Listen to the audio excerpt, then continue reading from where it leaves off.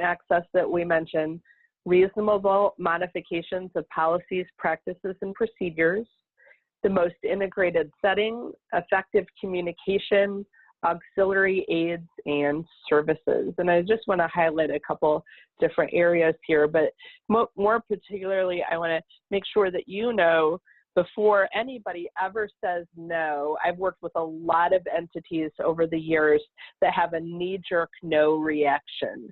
You know, that somebody will ask, can we make something accessible, or can we modify this particular policy for one reason or another, and they have a knee-jerk no because it's not natural to them, because it's something that they haven't done before, and they don't have a lot of information about it.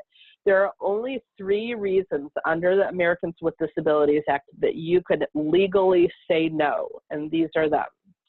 That you would first fundamentally alter the nature of the program, service, or activity. So let's take, for example, the program of ice skating. You have an ice skating rink. The accessibility standard for an accessible surface is that it's firm, stable, and slip resistant. And you want to make sure that it's open for people with disabilities.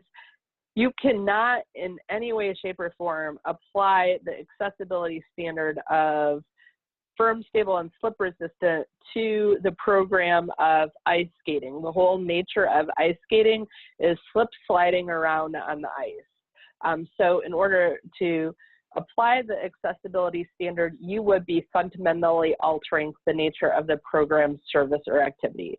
And so you would not be required to change that activity in that type of situation.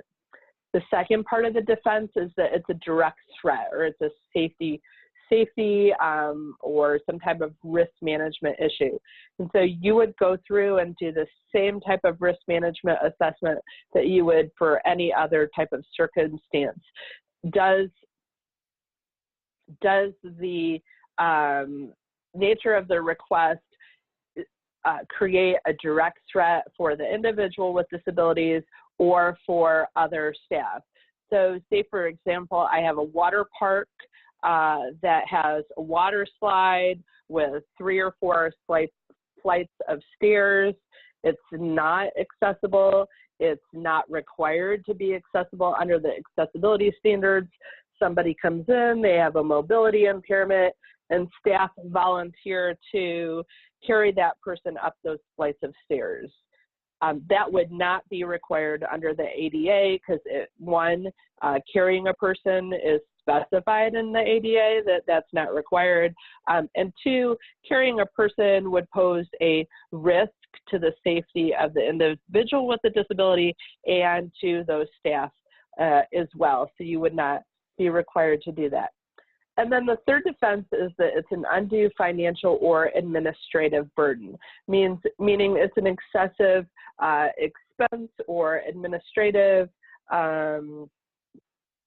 burden for your entity. And I will tell you real honestly, this is very hard for public agencies to use.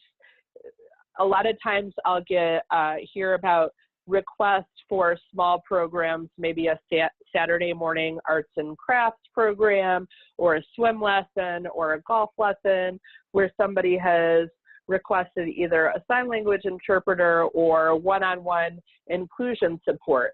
And maybe for that particular program, the budget for that program as a one-time event was only $100 or $200, and the cost to provide that sign language interpreter for that hour or 2 hours is going to be well over the $100.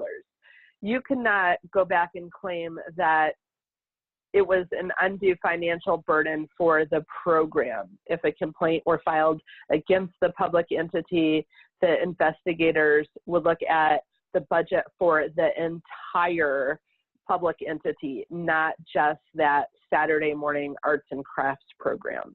So in all my years, I have not seen a public entity successfully argue that financial or administrative burden. So I generally recommend to stay away from that area as a defense.